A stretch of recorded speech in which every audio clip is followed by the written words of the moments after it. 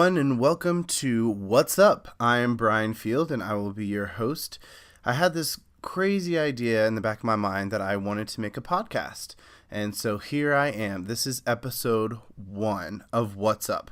The purpose of What's Up is for me to talk to student affairs and higher education professionals and talk about what they are all about and what's up. So this first episode, I'm talking to Tricia Smith. She is the director of Multicultural Programs and Services here at Virginia Tech.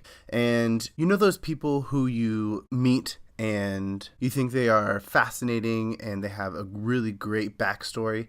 I feel like this conversation that I had with Tricia is exactly that. She has had awesome life experiences. We talked about how she encountered a bear, or a couple bears actually. She fed American bald eagles in Alaska in an internship. She cruised around the world with one of her jobs, her background, what she plans on doing in the future. And I really enjoyed talking to Tricia. She was awesome. But I hope you enjoy it.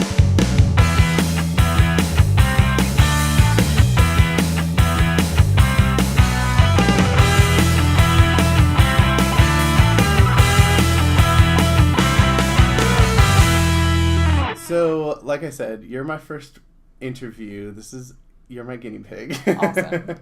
But, so the title of the show is called What's Up? Okay. So I'll just open up with that question. What's up? What's up? So much is up. Well, I think there's some really cool intersections happening right now with kind of the central core piece of my job as director of MPS, but also with the momentum of the university around inclusion. And it's so exciting. Like, I think it's exhausting for sure. Yeah. I think there are people who have kind of been doing this for a really long time and are excited about change, but also like, really, it's like been a while. We could have done this a minute ago. And then there are also people who are just at the edge of their seat waiting to see what happens. And I think I'm closer to that end, except I don't actually have Activator in my top 5. Okay. I think it's number 9. Oh. But I have a hard time being patient with this kind of stuff. I want it to be done well, and so I know there's some amount of strategy that's important. But at the same time, I'm going, oh my gosh, this is such an amazing time to be a part of Virginia Tech. Amazing time to be in the division in this particular office, and this is just so good for our students.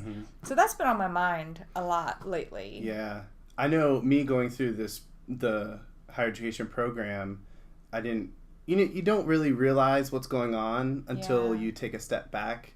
And all the visitors from the Residential Curriculum Institute, when they were coming, I met up with some good friends, and this one in particular, he was like, "You have like a really great program. Like, you're so lucky to be here." And that's like, awesome. You know what? We do. Yeah, it's great. So it is an exciting time. Yeah. What's been like the thing that as you've had this reflection, that you've been like, yeah, this is a specific, really great thing about our program? For me, it was all during training. Yeah. That was the first time. Like, every day, it was like a huge takeaway, and reading Daring Greatly and all that stuff, and having those huge discussions. Like, it was awesome. And the only way I can describe it is like my cup is full, and it's like overflowing. Like, it's cheesy to say that, but awesome. It really is, because I'm just so thankful to be here and making the interactions with everyone. So are you daring greatly? I am. And we're continuing. I'm on the Pro Devo committee, so we're continuing to read the book and make lesson plans and stuff like that. We're slowly but surely going through it. So I love that book. It's really great. Awesome. I recommend it to all of my friends. Yeah. I think I'm going to give it to my mom for Christmas. Oh, she can't listen to this then. Oops. That's terrific. Sorry, Mom. Cool. Well, I want to go way, way, way, way back. And talk about your past a little bit. So I know, during housing and residence life training, you had a bunch of items, and you were sharing those things and shared what you wanted to be when you grow up. Yeah. Talk to me about that. Well, gosh, so many things inform how I came to know myself and how that shifted at different points in my life. So it would be important for you to know that I'm the oldest of three, and my parents, well, I was born in Iowa also. My parents grew up in Iowa. My dad literally was raised on a farm, the oldest boy in his family. There's one older sister, but as the oldest boy on a farm, that comes with a different experience. Yeah. So we were raised Catholic, and Catholic farming Midwesterners that moved to the South. And I really think that was important in the way that I became, because no was not an option. Like, if you want to do something, like, suck it up and do it. And don't go asking people for help, and don't rely on it being given to you. You just, if you want something, go make it happen. And if it doesn't work, don't cry about it. Just wash it off and keep going. Like, I remember in college when I flunked a class, and I got a C. To me, that was flunking, just my paradigm at that time. I called my mom sobbing, and she said, "Tricia, did you earn a C?" And I said, "Yes, ma'am, I did." She said, "Then go fix it." And at the time, I was so mad at her. I was like, "That's not even advice. Why won't she help me?" But it is truly an indicator of how we were raised. And I'm really grateful for that, because I think it's made me resilient. It also makes me see the world in terms of possibilities. Yeah. Because if I want to make something happen, I got to figure out a way. And I know that it's out there. I know that it is. I feel certain about that. And I also think, being the oldest of three girls, the responsibility side of me comes out pretty clearly all the time. Now I kind of call it the mommy side of me. But that's what it was to my sisters too. I didn't, like, brush their teeth and tuck them in at night, nothing like that. But there was always just a sense of being the oldest and knowing that I was expected to know more. I was expected to make good choices. I was expected to role model to them, and whether or not they listened is a whole nother narrative. Right. But I definitely felt that pressure, both explicitly from my parents, but I think some of it too was written internally, which is kind of interesting. It's cool to, like, look back on, like, you don't understand it at the time, and you're like, why am I doing this? Why are they making me do X, like chores, or they have this philosophy or whatever? Yeah. And it's really cool to, like, go back and look and be like, oh wow, that shaped everything. And my partner and I have very, very different paths growing up, and so as we are reflecting on how we grew up and how we're attempting to raise our children, we just come at it from such different angles. Because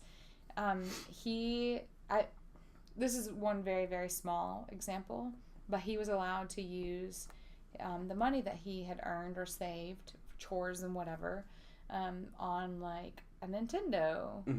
And of course, at that time, it was a lot cheaper.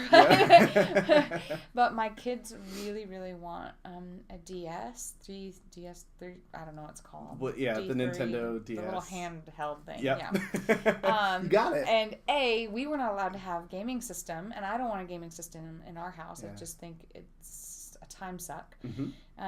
But 2, I would never be allowed to use any money that I earned. Like, 50% of what you earned had to immediately go into savings, and you weren't allowed to touch it. And then 50% could be used on, like, Christmas gifts for your family or things like that. But you would never spend it on something you wanted. And it's just so that's a tiny, tiny example.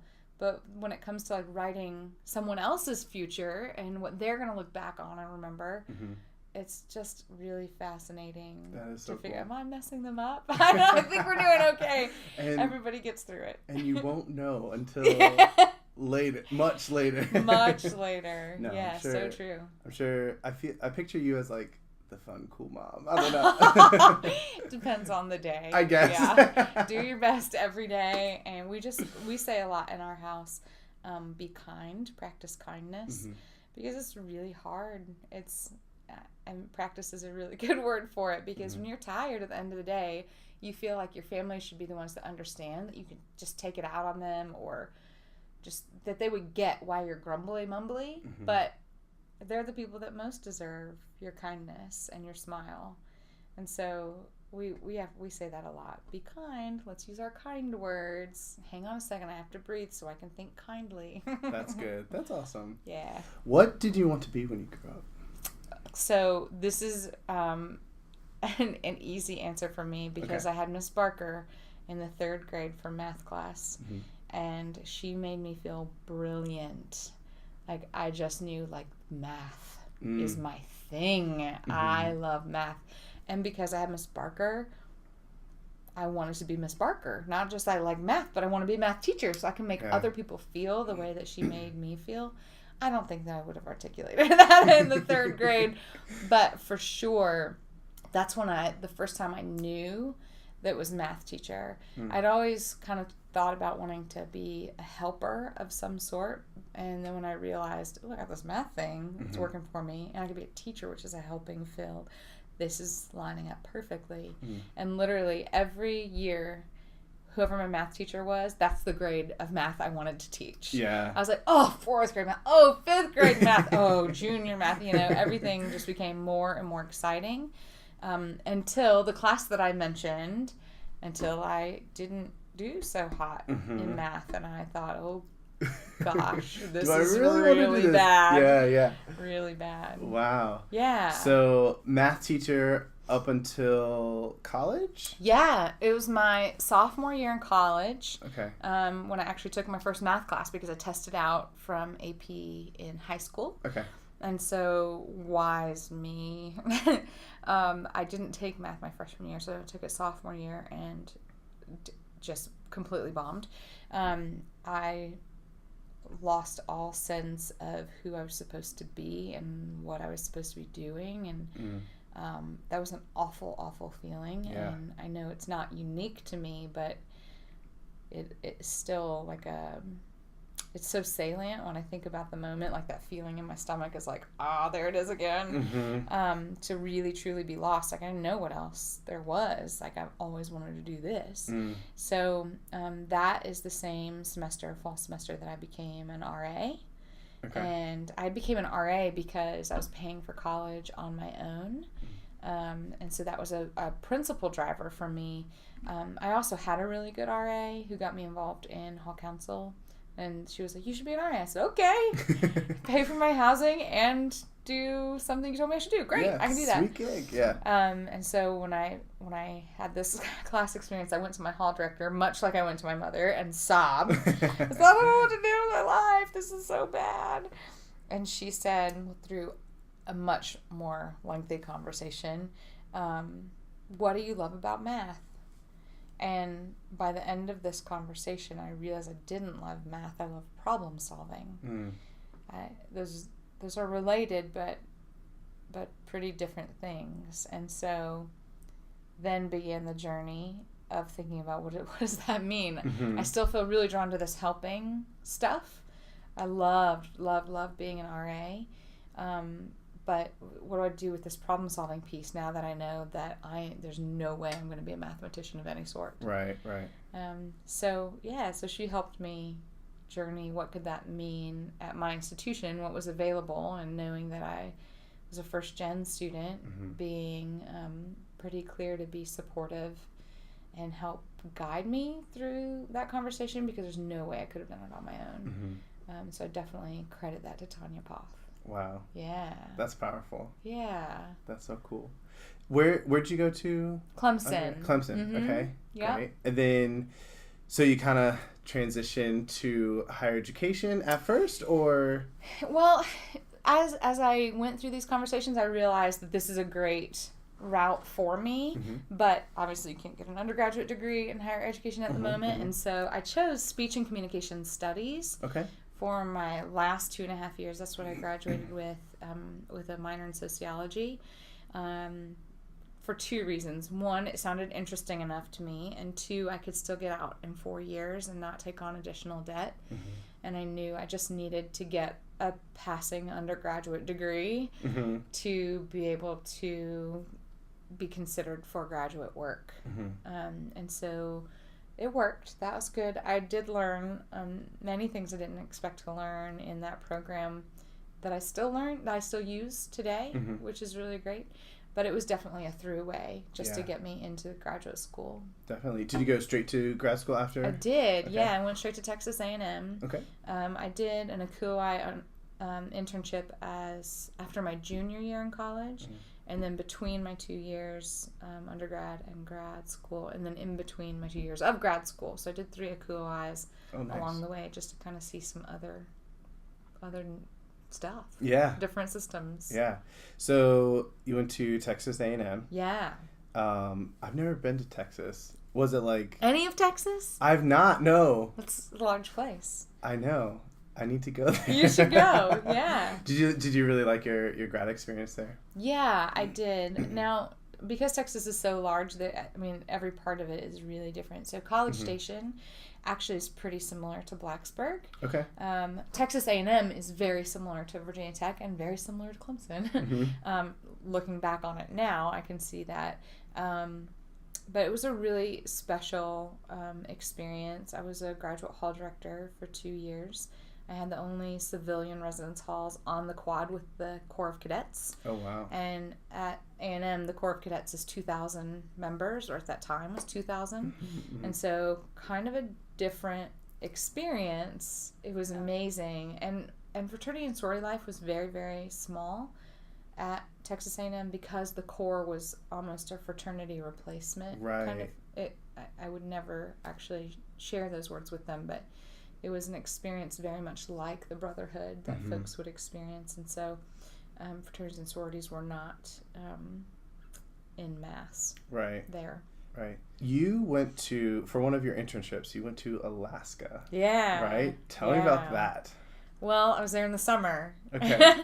So I went to the University of Alaska Southeast, which is, most of Alaska is the big part here, and then you've got the little dangling edge down here on the dangling edge. So it's landlocked in Juneau, which is the capital. So I did a pretty typical summer housing experience. So there were 2 interns, and she and I were responsible for summer conferences and summer school.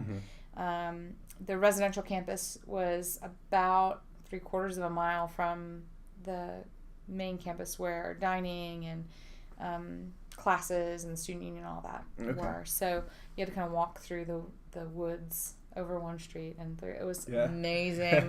The ocean was like half a mile in one direction, and the Mendenhall Glacier was about 3/4 of a mile in the other direction. Oh my gosh. So just incredible. So, the work experience was absolutely amazing, but also personally, the experience of being that far away from anyone and everyone that I knew, and being in such a different environment, because there's a really different culture in Alaska, both with Native Alaskans, but also just in the ways that folks communicate, in the way, even time principles.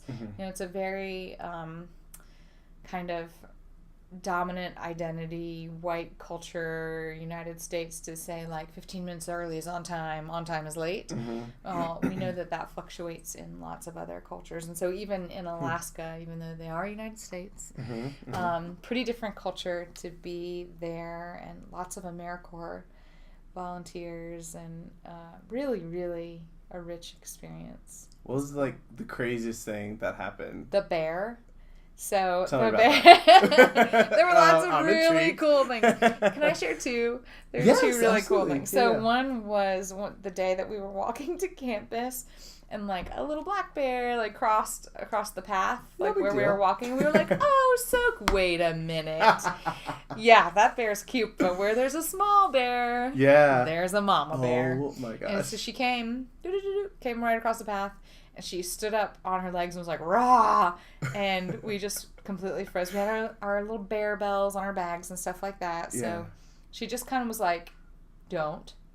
So we were like, we're not gonna. It's all you, whatever you need. She walked on by, and we hustled hustled Yeah. the my whole time. gosh. Oh my gosh. So one little scare with nature there. The other actually involved nature too. We were at the pier, and they say you're not supposed to feed the bald eagles, but they were everywhere. So you look up into these like just amazing, gorgeous, tall. They're hundreds of year old evergreen trees, and they're little white spots, like someone threw golf balls up into the air and they're stuck in the trees. And it's all the bald eagles sitting in the trees.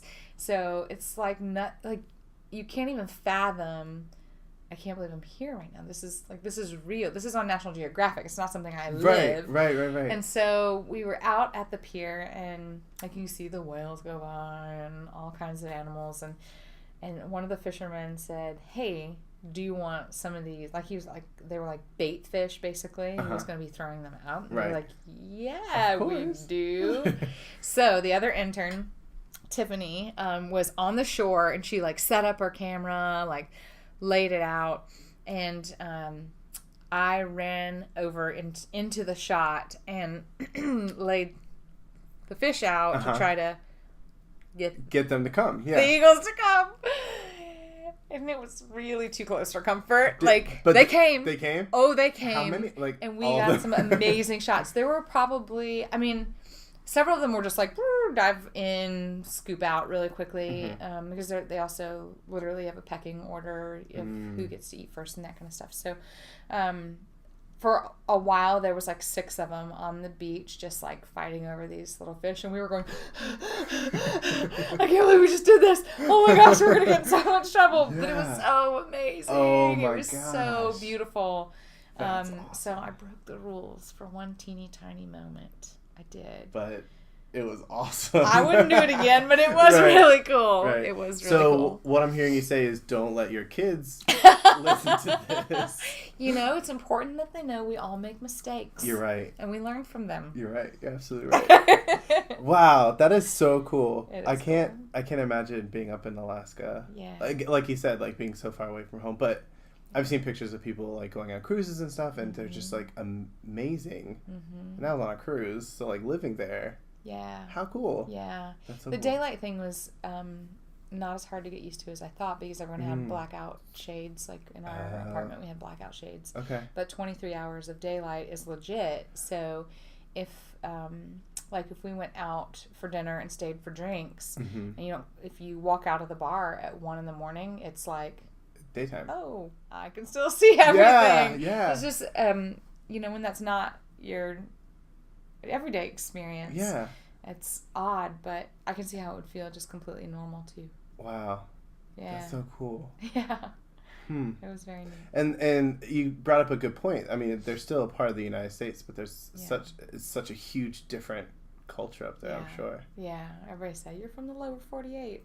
Like, I've never heard that before, lower 48. Yeah. Huh. So that was a big deal to not be from there. So that was a grad school experience. Yeah. You graduated from grad school, and then what?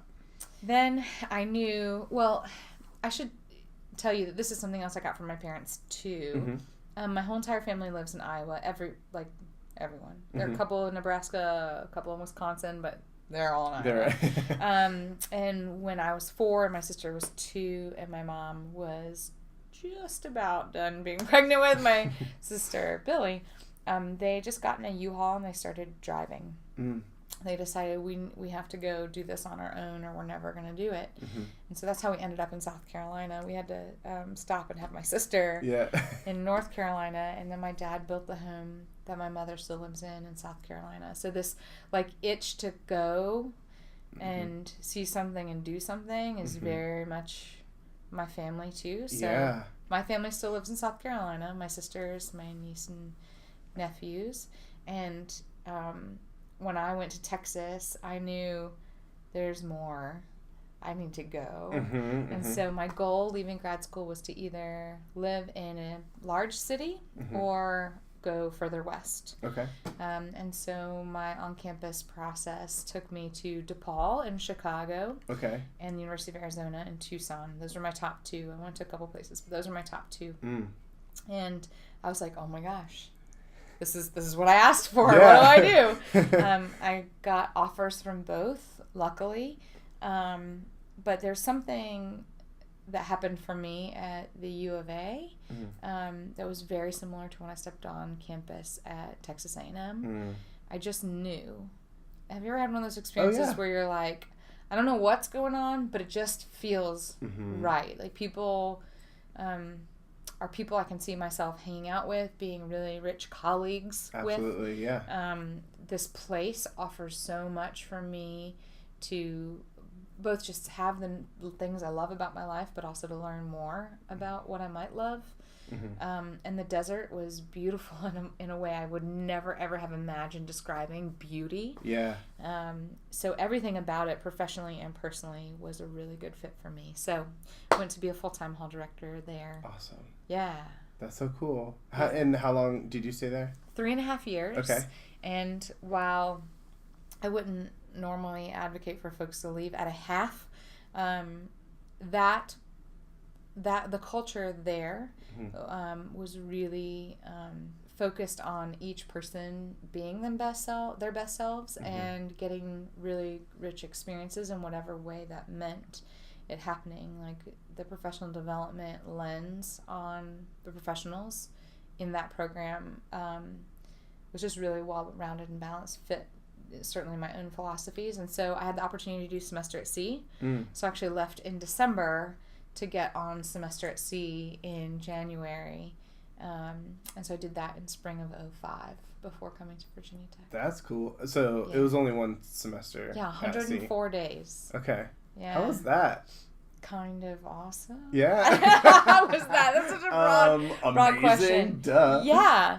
You know, I don't know if you've ever had an experience like this where someone asks you a question and you literally do not have words. Yeah. Because you know, in your heart you know, in your gut you know, but in your brain you haven't figured out a way for someone else to fully understand the magnitude of what's happened to you. It was like that. So actually when I interviewed to come to Virginia Tech, my first interview, I was on the ship in Brazil. And I did not get the job. And I very clearly remember Maggie Holmes was my interviewer. And I know she was just reading off the paper, writing down the notes, as she should. Yeah. But she asked, what's the difference between diversity and multiculturalism to you? And I couldn't get anything out. I was like, how do I help you understand that for the past 90 days, I've been to 10 different countries. Everything about the way that I knew diversity has been rocked. Wow. How do I say that without making you feel like you don't get it, without feeling really pretentious about my own experience, and helping you understand the gravity of why this matters to me. I had nothing. I was literally a bumbling idiot. I was like, blah, blah, blah. I felt like it probably took me 20 minutes to answer that. I'm sure it was like a minute and a half, but nothing good came out at all. I'm certain of that. Wow, that's I don't know if I've had that experience. I don't know.Maybe I have. Oh. Yeah. At some point you will. Hopefully it won't come during an interview. They'll ask me a question, I'll be like, what? I don't know. So, wow. So the semester at sea, you said it went to Brazil and where else? We actually started on the west coast of the United States. So the staff got on in San Diego, and then we went up to Vancouver to pick up the students. So students, majority U.S. identified students, but the international students also. Okay. Embarked from there, and we went the long way to Fort Lauderdale. So Japan, South Korea, Hong Kong, Shanghai, Vietnam. I'm doing the map in my head. India, Kenya, South Africa, Brazil, Venezuela. Wow. Back around. That is so cool. And you were just like, kind of like, were you like a hall director type person on the ship? Yeah, pretty much. I mean, it's more like an RA type position. It's like a blend between RA and hall director. We were called resident directors. Now they're called living learning coordinators, maybe something like that. So we had responsibility for a portion of the floor. So mine was the Red Sea. There were 7. Okay. Mine was the Red Sea. Okay, so I had about 60, 70 students. But then we also had shipboard duties as well. So I was responsible for union programming. So like we had a club and organization fair, and they all signed up for created clubs that they wanted to have during the semester, and then did programming along the way. And then also we just had other random duties, like there's alcohol service on board because you're at sea, so the drinking age is lower. So the resident director staff at that time, I'm not sure if this is still how it is, would have to be present as on-call people during that event, and also after hours. We did rounds and all that kind of stuff. Right. So, yeah. That is so cool. Yeah. How many students were there were on the about ship? 600 in total. Okay. Okay. And less than 100 faculty, staff, and crew. That is so cool. Yeah. I didn't even that didn't even come across my radar that is a possibility. Yeah. So now I'm making right. I'm like, put that on your bucket list. Yeah. I have not been outside of the United States. It's worth it. Period. What holds you back from doing that? Nothing. I mean, just not time yet. Not the opportunity or whatever. So. Yeah, it's not a cheap venture. No. Yeah. Right? Totally. Yeah. So, yeah. For me, that was the only way I was going to go, is because I was working on the ship. So. That is so cool. I could not have done it on my own. That's awesome. So you interviewed for Virginia Tech. You didn't get it the first time, and then what? So then I was unemployed for 3 months. Okay. While continued to apply for positions in the Mid-Atlantic. I actually I had 5 applications in at Virginia Tech at the time. I came to campus in early July for a student activities position. And while I was here for that position, the Res Life people reached out and said, hey, can we talk to you over lunch or something? Because we just had another vacancy come up. And I was like, how do I handle this? I don't know. So we kind of scheduled some time outside of the interview, and then they had me back for an on-campus interview with Res Life, and was being considered for a position in student conduct as well. But they made the offer in Res Life, and I said, absolutely, that's what I want to do. So I came, drove up on Sunday because they were having a staff retreat on Monday and Tuesday. Never met any of these people. So went to staff retreat Monday and Tuesday. I wasn't officially hired until the week after. Went to the staff retreat, then I drove home to South Carolina where all my goods were in storage. Drove back up on Friday and moved into Cochrane. There was an apartment where that kitchen is, in the laundry room. I moved into Cochrane and unpacked all weekend and started on Monday with training. It was really intense. Wow. But I had just an absolutely amazing supervisor who helped me really clearly and quickly understand what the priorities were and what the non-negotiables were. And when you have someone who says not only here's the target, but here's your first 4 arrows, you really can't lose. And that was what I needed to be able to hit the ground running. That's awesome. So you had multiple applications here at Virginia Tech. Yeah. What drew you to Virginia Tech in the first place? Yeah. This is kind of silly, but back in undergrad when we were doing RHA, RHF conferences, NACUR stuff, I saw Virginia Tech at conferences, and they stood out to me as a program that really was student-centered and had their stuff together. And so when we decided to leave Tucson, we knew we'd want to be somewhere on the East Coast because our families are in Connecticut and South Carolina. Right. So we wanted to be somewhere in that time zone. Preferably near the middle, and Virginia Tech just continued to stand out for me. And before we left for the ship, we did a tour of schools, so we had several weeks between when we left Tucson and boarded in San Diego, and we just popped around. And it was, again, one of those feelings when we came to Virginia Tech, and I remember walking across the drill field not having a clue what anything was anywhere. It all looks the same. Yeah. Rosenthal, academic, I don't know. But just feeling a really profound sense of place. Again, hadn't talked to anyone at that point, but then I met a couple of students. One was on my floor on the ship that were from Virginia Tech, and then when I got to hear about what they thought about Virginia Tech, I was like, oh yeah, that would be awesome. So it was primarily looking at kind of Maryland to North Carolina in there, and I know or knew at that point that public research 1, D1 is a place that I feel really capable of impacting student experience. Not that I couldn't do it anywhere else, but after coming off of the semester of C experience and having so much of my world shaken, I really felt like I need to do something where I can at least feel a sense of stability, even if the environment is new. Wow. Yeah. That's cool. Yeah. So, I mean, you go back to, that gut feeling again. Yep. Like walking on campus and be like, this is where I want to be. Yeah. That's awesome. Yeah. Related to my top 5 too, right? Because connectedness is in my top 5. And so I really do trust my gut. And I believe that pebbles in a stream, right? You're changing the course of the stream. And so you have to listen to that babbling brook. It's babbling for a reason. So for me, that rings true. Yeah. So what I'm hearing is if you had an autobiography, it would be like, listen to the babbling brook.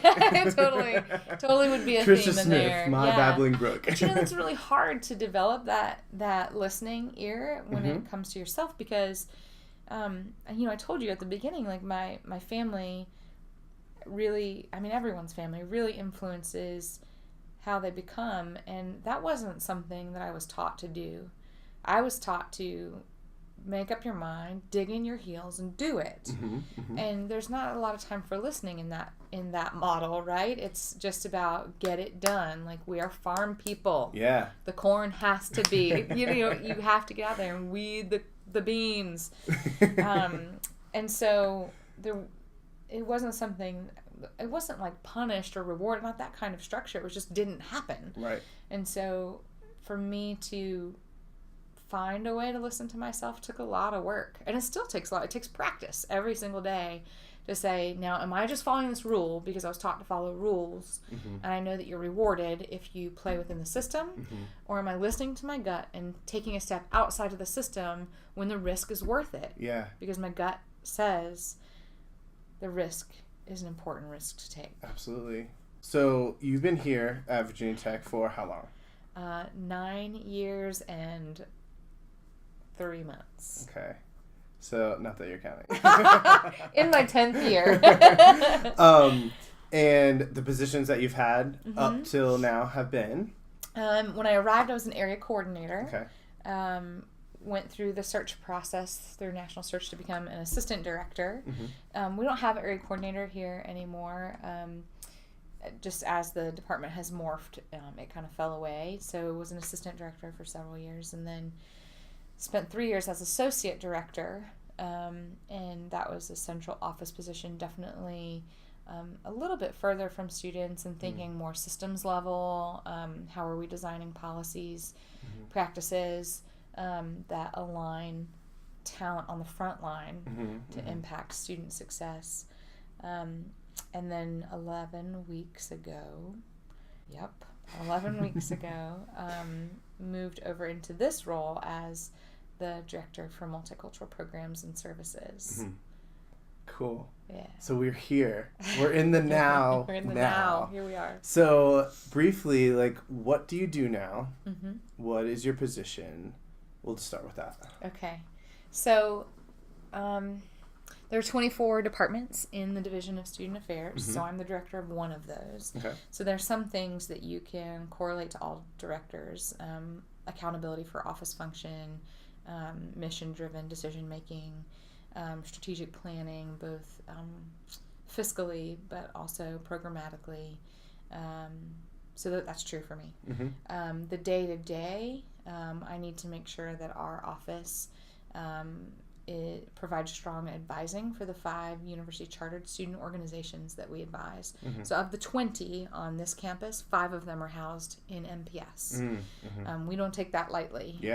And we are the advisors for the cultural student organizations, 4 of those 5 which are umbrella groups. So they have multiple constituent membership organizations that kind of report up through them. So there's some governance pieces there. There's also some programming pieces there. We're also the holder, kind of the seat for Heritage and History Month programming on this campus. So we don't do it all, but we try to coordinate it all. So we will definitely always do kind of a kickoff to the month and a closing program to the month. Sometimes lots in between, but oftentimes that in between stuff is filled by departments and colleges, student organizations that are also helping us celebrate those 6 history and heritage months. So those are the 2 things that we've always been really good at, and we're going to continue to hold high. But there are some new initiatives that we're trying to develop a common language for and become known as. Advocacy is one piece that's really important for us. So we've done advocacy light. Like, each of us know people, and when they have a need, we help them because we know them and we care for them. But we are under the Dean of Students umbrella, and so advocacy is the central mission of our Dean of Students office at Virginia Tech. And so we've really been thinking about, what does that mean for us? So we certainly are trying to amp up our presence and our availability for individual students who have concerns. Part of that is us getting out there, but part of it is also the network across the university. So if other deans and directors and colleagues understand that that's a goal for us, they're more likely to refer. So some of it is internal capacity building as well, like how do we see advocacy in our day-to-day work? How are we ready to be advocates? And then part of it, too, is us getting out and naming, even if a student has not come forward to complain, there's a potential injustice, or there's a clear injustice in some cases. But it's really important for us, as we've been talking about it, that our frame is always that it was well-intended, yet harmful. So both of those are true. We wholeheartedly believe that humankind wants to be their best selves and wants to make space for others to be their best selves, but sometimes when we're doing that, we bump into each other and there's friction, or whoops, I just didn't see you coming and I stepped on your toe.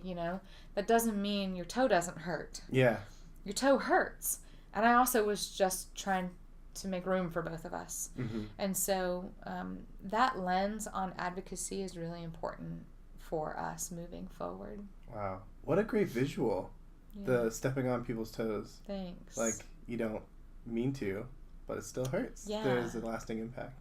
Maura Cullen talks about that in her, both in her books and also in her in-person trainings. I think it's a really digestible way for folks to understand, I only stepped on your toe once. But what if that was the 40th time someone has stepped on your toe and it is swollen and irritated and you can't even get your shoes on anymore? It hurts so bad. That it helps you understand how someone would have a reaction that seems disproportionate to what happened. That's awesome.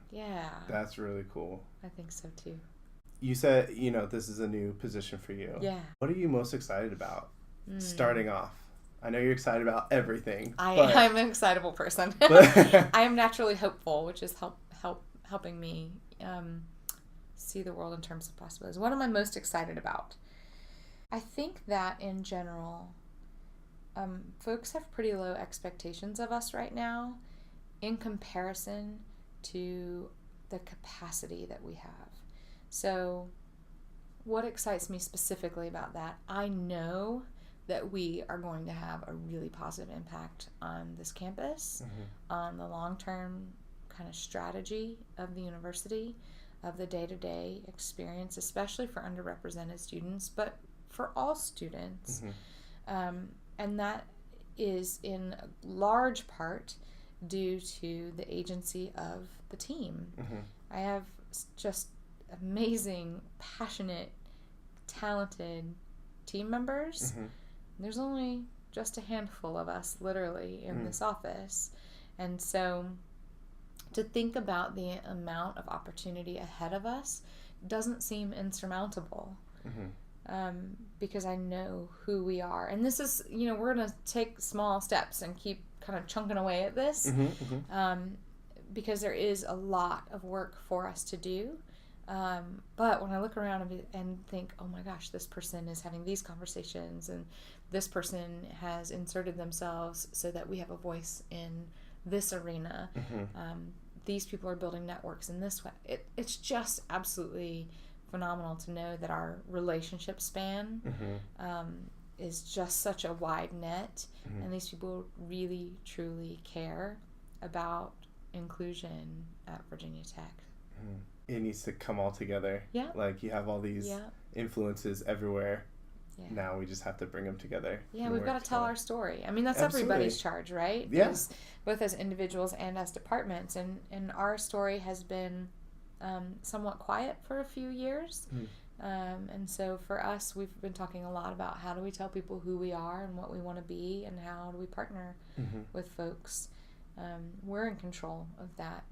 So building the megaphone to get your story out there. That's right. And you can't just tell people. You have to show people that you're about what you say that you're about. And so that risk-taking, it goes back to that risk-taking. If we are not going to be comfortable enough sticking our hand out and saying, hey, look over here, there's something we need to dialogue around, why would I ever have that expectation of anyone else? And they need to see us doing that, especially as an office that looks visually like folks of many majority identities doing work for underrepresented students. So the future. Yeah. You've had, just sitting here talking to you about your past and all the things that you've done, like Alaska and Texas and the cruise ship and all these crazy stuff. What do you have any idea of where you see yourself in the future, or are you what are your thoughts on that? What's up with that? Well, the younger me had a really clear plan, and the further I've gotten from the younger me, I think I tend to see the world more in shades of gray. So what I know a couple things about myself very clearly. One, I'm called to love. Earlier I was telling you about wanting to be in a helping profession. For me, that's about my love of people. So I know that I'm called to do that, and I could probably do that in many different fields. I also know about myself that I love this environment, the college environment. I think that it's such a transitional experience for people that it is an honor and a great gift to be able to journey that with folks. And so I love the idea of being able to impact that in some way, because people like Tanya Poth did that for me. And so I know it matters that we do that well. I know that my family is really super important to me, and so if this ever conflicts with my family goals, then I will change my path in my career in order to be sure that my family is successful. That's not even on the table for discussion. And so that could impact what the long term looks like. So could I see myself as a vice president? Yeah. Could I see myself as a dean of students type position? Yeah. Could I see myself getting a PhD and or a JD? Yeah. Could I see myself with passion and vigor trying a completely new enterprise? I think I could. I don't see it as like I have a vision that I'm going to do this, but that door is open for me. And if it felt like the right time and it could honor those values that I know to be true about myself and the way that I want to work in the world, then I would be open to the conversation. But I got to tell you, I'm so pumped about this position that I'm in now that it's even hard to think about Yeah. anything beyond it because it's so fresh and so new. And so I see this position as my future for, gosh, I can't even put a number on it. Right. 5 years, 10 years, I don't know. Mm-hmm. I don't know what it looks like, but I know I'm really enthusiastic about being in it. Because it matches all those things I just described for me. In it to win it. That's right. You are all in. Living the dream. LTD. Last question I have for you is, since I'm a youngin in the not that you're old, but good clarity. You've had a lot of experiences that I have yet to have. What is your piece of advice, or do you have a mantra or a quote or something that has inspired you throughout your life? But what is your piece of advice for people like me? Well, it's your story. So while I can think of quotes and helpful things that have been mentioned to me along the way, it is your story. And I think that's the most important piece, is that you have to know you. And you're going to get a lot of messages about what to be and what not to be, and what to do and what not to do, and just how to show up in those places. You have to take the time to think, is this me? And if those things aren't aligning, then you have to rectify that in some way. I'm not saying you need to leave the institution if you don't. You have to rectify it somehow. If that means changing how you're showing up and that's the choice you want to make, then do that. If it does mean leaving a place or a department, then do that. At a time that is reasonable and ethical. You don't want to just run screaming from the room and saying, I'm out of here, this doesn't line up. But I think the more time you take to listen to your heart and to that little voice inside your head that's going, but Brian, you won't get into those situations, because you're not going to apply for a job that doesn't, at least on the outset, look like something you would want to entertain. You wouldn't go to an on-campus if you didn't have the clues along the way. This is something you would want to do. And that, I believe, actually leaves the door much more open than closed. It is important to know what you don't want, but I think it's more important to know what you do want. Because if you go into something looking for the things that are wrong or looking for the things that are bad, you're anchoring, right? You will seek you will find what you seek. So if you're looking for, why won't I fit here, or what's terrible about, you're going to find it, I promise. But if you go in looking for, what do I know about myself, and could it align with what they're offering, you're going to find that. It's a different level. So you got to listen. You just have to listen. Listen to that babbling brook. That's right. Yeah. Awesome. Wow. Well, thank you so much. You're welcome. I hate to stop, but but so there's great. a time limit. I know. I'm thinking I'm gonna have to edit all this. No, it was awesome. No. It was great. Cool.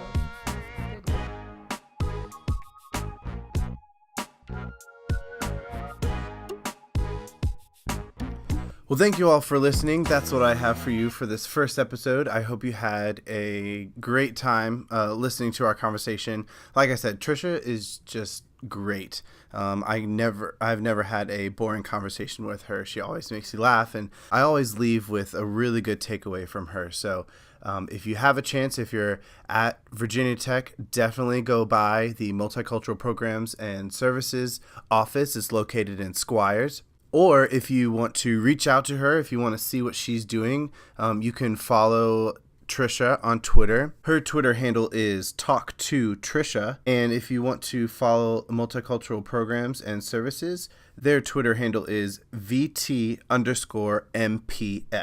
So definitely give them a shout out. If you'd like to follow me, my Twitter handle is at Buhfield, Buhfield. Again, my name is Brian. I had a lot of fun doing this. I hope you had a lot of fun listening to this, and hopefully in the future I'll have awesome conversations with higher education professionals in the field. So stay tuned. I'll let you know what's going on. But until then, I'll talk to you later. Bye.